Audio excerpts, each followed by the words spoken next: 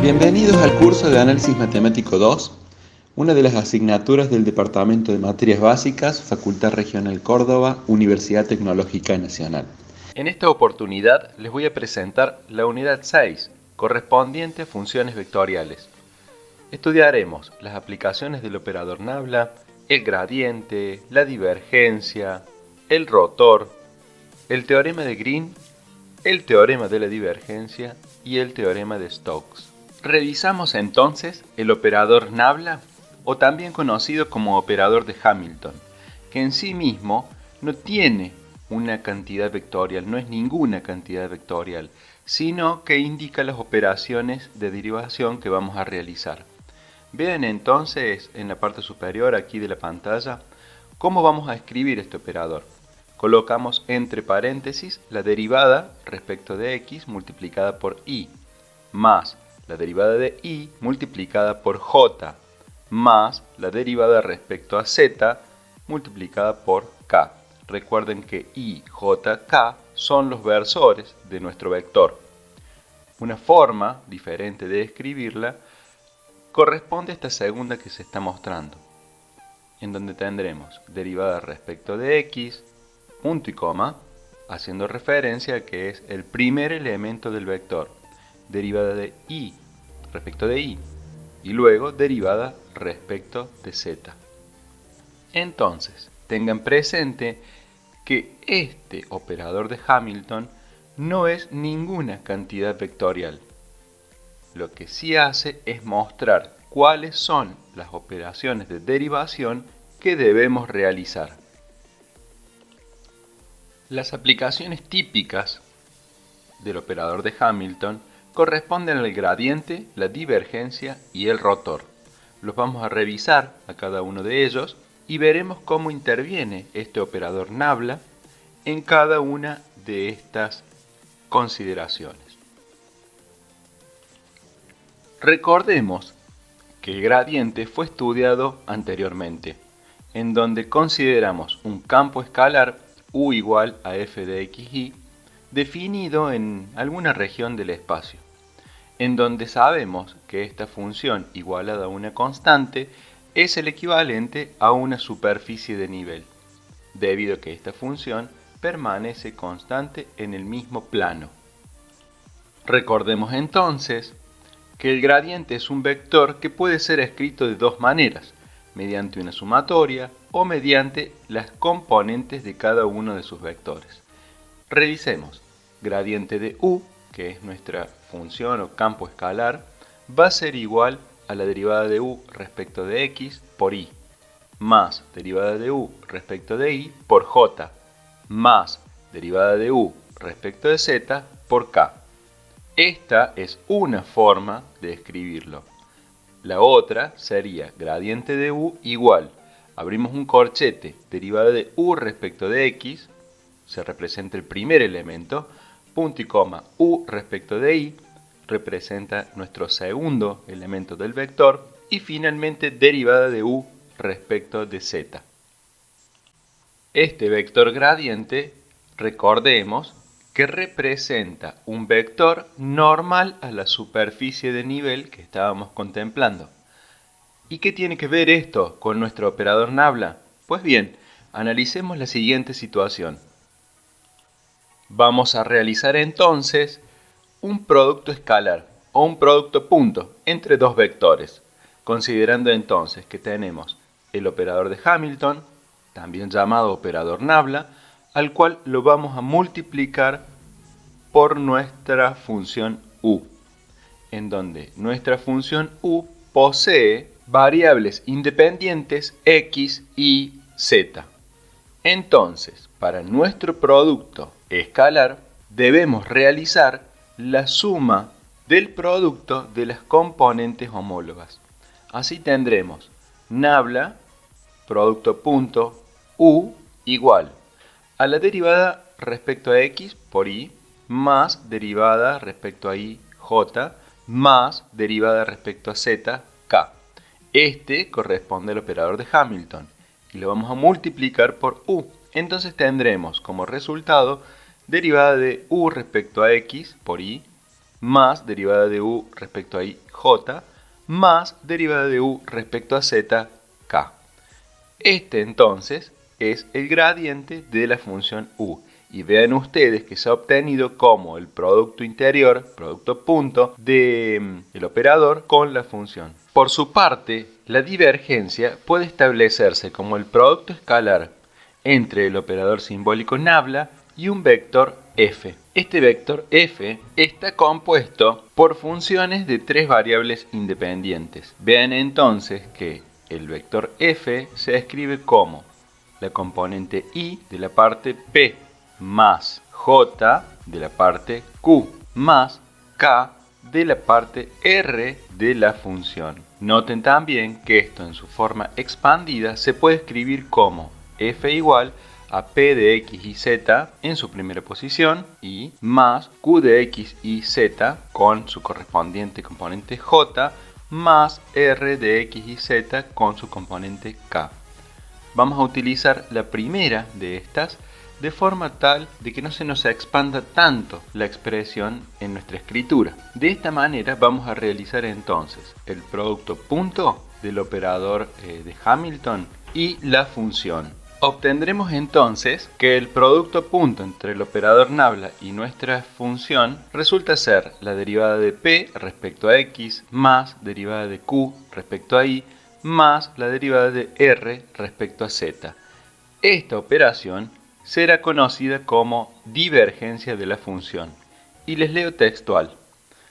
Si la función f representa la velocidad de un fluido, la divergencia de f en un punto indica la proporción en que el fluido es introducido o sustraído del punto y por lo tanto mide la potencia de la fuente o sumidero existente en ese punto. Es una función empleada en la física y que nos permite a nosotros conocer cuánto fluido está ingresando o saliendo de un determinado sistema de flujo. Veamos ahora qué se comprende por rotor. En este caso, el rotor es un producto vectorial entre el operador nabla y el campo vectorial. Veamos entonces que nuestra función puede estar en su forma compacta o en su forma expandida. Para realizar el producto cruz necesitaremos establecer una matriz. A esto lo hemos estudiado en álgebra y geometría analítica en el primer año de la carrera. Tendremos entonces derivada respecto de x, y más derivada respecto de y, j más derivada de z, k. Producto cruz de nuestra función p en su componente y más q en su componente j más r en su componente k. Recuerden entonces que para efectuar este producto ensamblamos una matriz donde en la primera fila tendremos los versores I, J, K. En la segunda tendremos derivada de x, derivada respecto de y, derivada respecto a z. Y finalmente la tercera fila estará compuesta por las componentes de nuestro campo vectorial. Así será P, Q y R. Lo que necesitamos ahora es establecer el determinante de esta matriz de 3×3. Para esto, recuerden que tomamos el elemento pivot, en este caso vamos a analizar una de ellas, que sería la componente y. Y luego realizamos la diferencia del producto entre la derivada respecto de y por de r y luego menos derivada de q respecto a z, y esta queda asociada a la componente y. Luego tomamos el segundo elemento de la primera fila, j, anulamos la fila y la columna en donde está j y luego realizamos el producto cruzado, es decir, derivada respecto de x de r menos derivada de p respecto a z. Y ahora lo que vamos a hacer por último es tomar nuestro último elemento k, vamos a anular fila y columna y vamos a obtener derivada de q respecto a x menos la derivada de p respecto a y.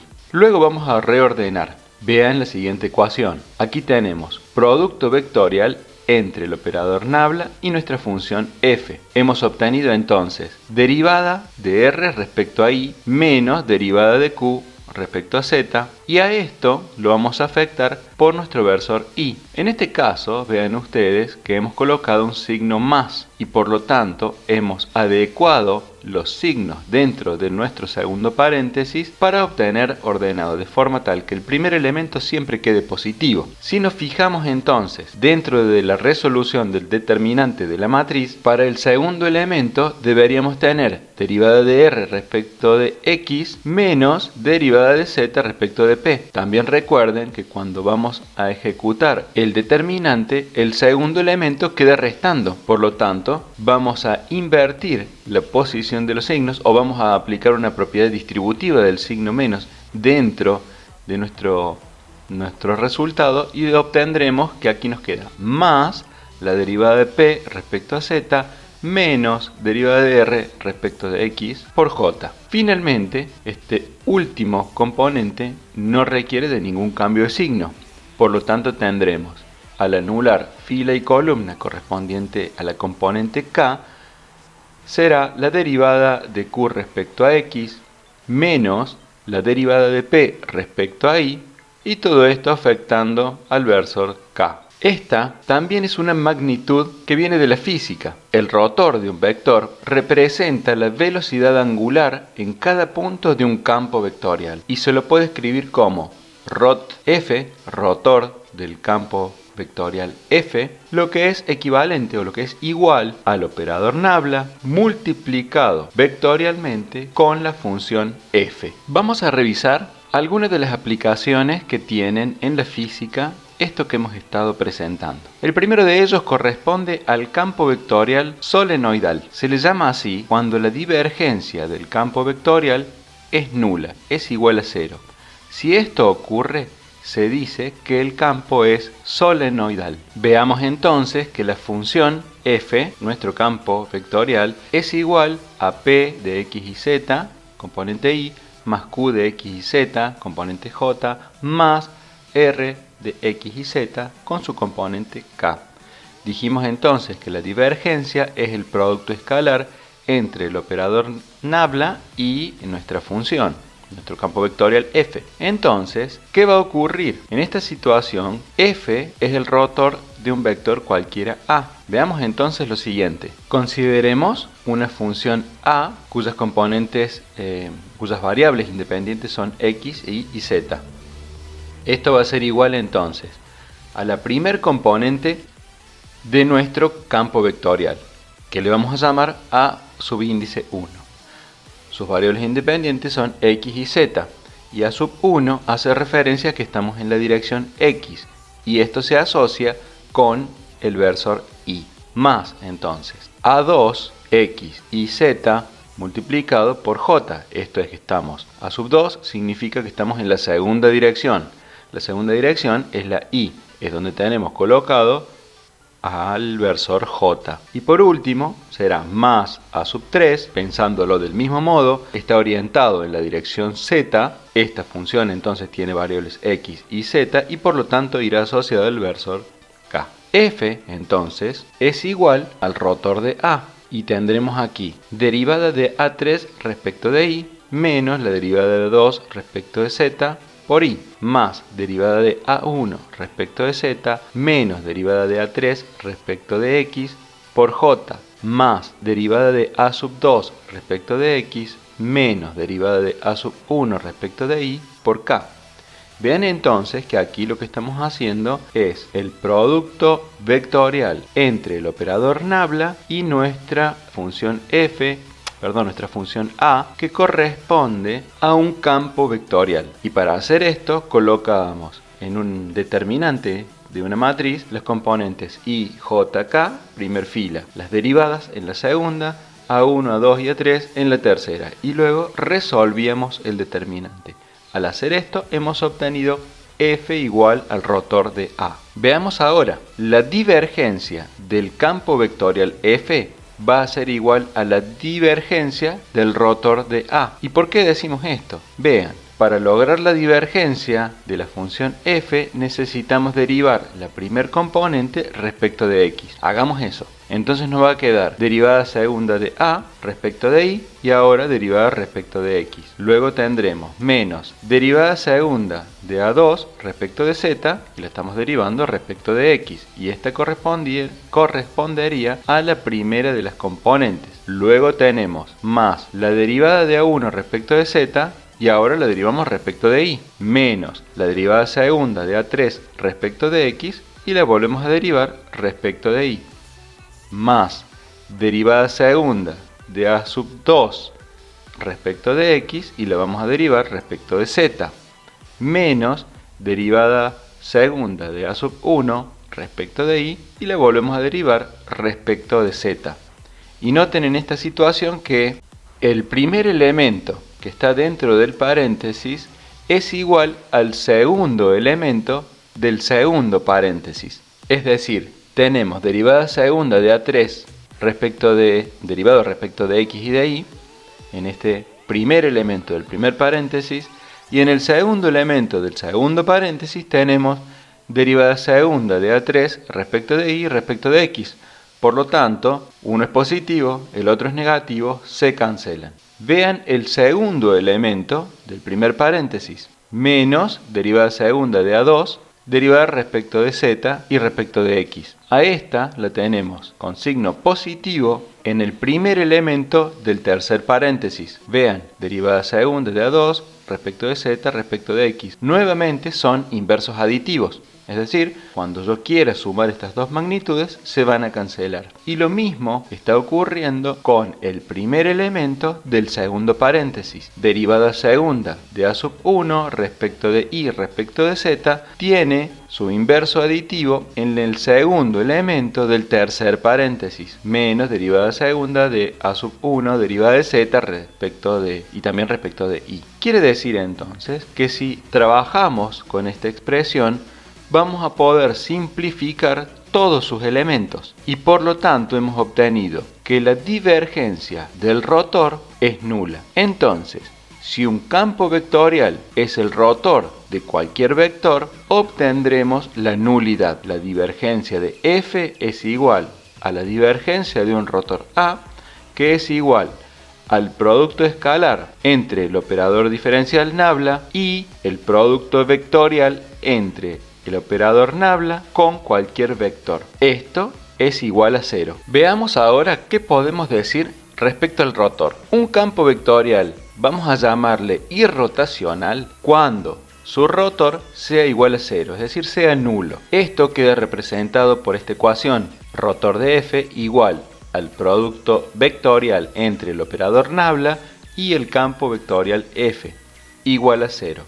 Recordemos que la función vectorial, siempre que estamos analizando todas estas cosas, tiene derivadas primeras continuas, derivadas segundas continuas y todas sus componentes son derivables. Claro, si esto no ocurriera, no podríamos llevar adelante estos análisis.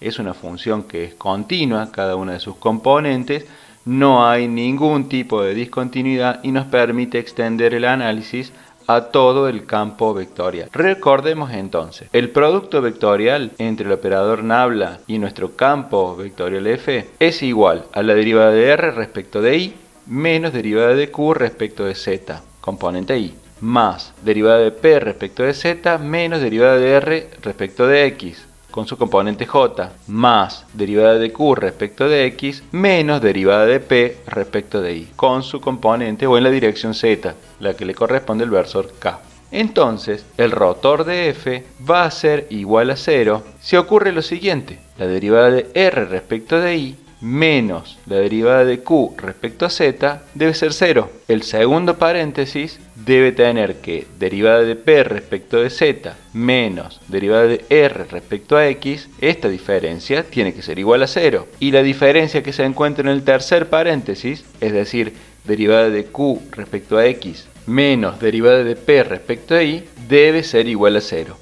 Y para que sean igual a 0 estos términos dentro del paréntesis, es condición que sean inversos aditivos o que sean iguales. Si son iguales, entonces vamos a verificar la condición de rotor del campo igual a 0. Tenemos que verificar entonces que la derivada de R respecto de I sea igual a la derivada de Q respecto de Z. Por otro lado, la derivada de P respecto de Z debe ser igual a la derivada de R respecto de X. Y la derivada de Q respecto de X debe ser igual a la derivada de P respecto a Y. La condición para que el campo sea irrotacional consiste en lo siguiente. Tenemos un campo vectorial donde sus funciones son todas continuas y derivables hasta la derivada segunda. Y vamos a decir entonces que va a ser irrotacional el campo si este campo vectorial f es igual al gradiente de una función escalar u.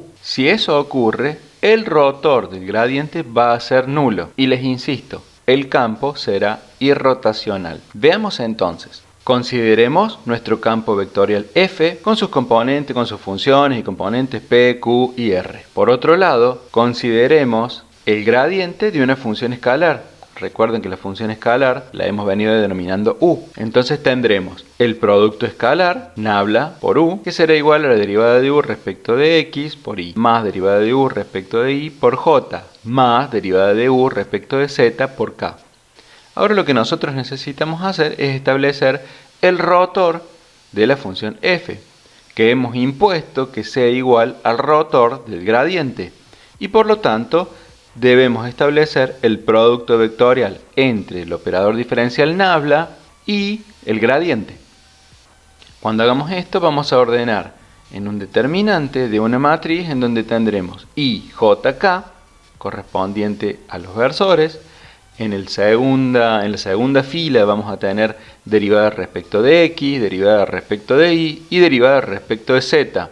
Luego, en la tercera fila vamos a tener las componentes del gradiente, es decir, derivada de u respecto de x, derivada de u respecto de y, derivada de u respecto de z. Una vez que hemos ensamblado la matriz, procedemos a realizar el determinante. Para esto tomábamos el primer elemento, que iba a ser el pivot, primer elemento de la primera fila, primera columna, es decir, i.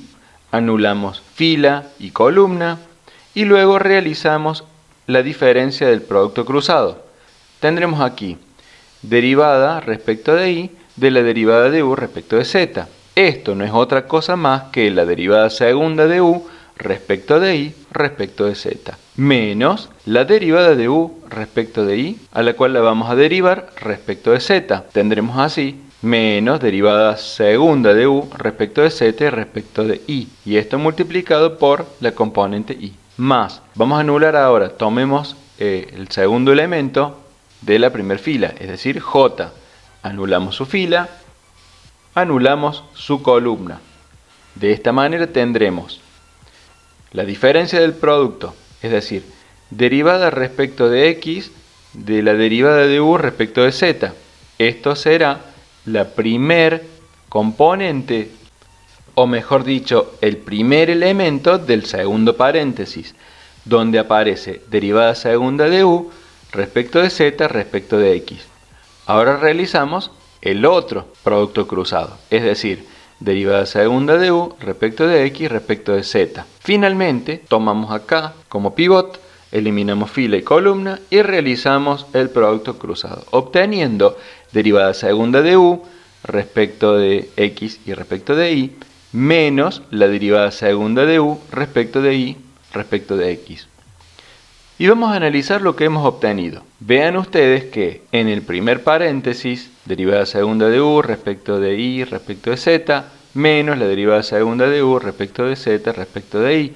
Estas dos son iguales y por lo tanto podemos cancelarlas. En el segundo paréntesis, el primer elemento, derivada segunda de u respecto de z y respecto de x, es lo mismo que el segundo elemento y se están restando, por lo tanto también se cancela. El tercer paréntesis tiene dentro derivada segunda de u respecto de x respecto de y, menos derivada segunda de u respecto de y y respecto de x. Vean ustedes que nuevamente son iguales y por lo tanto se cancela. Esto nos permite decir entonces que el rotor de una función f, que es igual al rotor del gradiente de una función u, es igual, escrito en su operación como el producto vectorial entre el operador diferencial nabla y el producto punto entre el operador diferencial nabla y una función escalar u. Cuando esto ocurre, decimos entonces que el campo es irrotacional. Y reitero, cuando el campo vectorial f es igual al gradiente de una función escalar, el rotor del gradiente es nulo. Y es allí donde decimos que el campo es irrotacional. Vamos a revisar ahora la ecuación de Laplace. La divergencia del gradiente de una función u de x y z es llamada ecuación de Laplace. Vean entonces, la función u es una función escalar con tres variables, x y z. Decimos entonces que vamos a buscar la divergencia del gradiente. El gradiente de la función u sabemos que es la derivada respecto de x de la función u, derivada de u respecto de y, derivada de u respecto de z, y cada una con sus correspondientes versores, y jk. La divergencia es el producto escalar entre el operador nabla y el gradiente. Entonces, en su forma compacta, vamos a poder escribir nabla, producto punto, nabla u, igual a nabla segunda de u, o lo que es igual, ahora vamos a poner delta u, para representar toda esta expresión expandida. Vean ustedes entonces que voy a retomar la segunda de las ecuaciones que se presentan en esta imagen. Cuando obtenemos la divergencia del gradiente es la derivada respecto de x de la primer componente del gradiente. Luego es la derivada respecto de y de la segunda componente del vector gradiente. Y finalmente la derivada respecto de z de la tercer componente del gradiente. De esta manera queda conformada la que se conoce como operador de Laplace. Un operador de Laplace se independiza de la función u y de esta manera se lo escribe como derivada segunda respecto de x dos veces más la derivada segunda respecto de y dos veces más la derivada segunda respecto de z dos veces. A esto lo llamamos operador de Laplace. Su forma compacta, aplicada entonces a una función u, es delta u. Y vean ustedes que este delta u representa la divergencia del gradiente de una función u de x y z. ¿Cómo es la ecuación de Laplace? Entonces, ya definimos cómo obtener el operador de Laplace y cómo es la divergencia del vector gradiente. Entonces, la ecuación de Laplace queda resumida por esta expresión y es la derivada segunda de u respecto de x dos veces más la derivada segunda de u respecto de y dos veces más la derivada segunda de u respecto a z dos veces, igual a 0. Finalmente vamos a definir que la función u de x y z que satisface esta ecuación de Laplace, se la denomina función armónica. Repasemos entonces y ordenemos lo que hemos revisado. Tenemos una función u de x y z. A esta función u le vamos a aplicar el gradiente y obtenemos el gradiente de u. Al gradiente de u le vamos a aplicar la divergencia. Por lo tanto, realizaremos el producto punto entre el operador diferencial nabla y el gradiente. A esta expresión se la conoce como forma compacta de la divergencia del gradiente. Ahora, esto lo podemos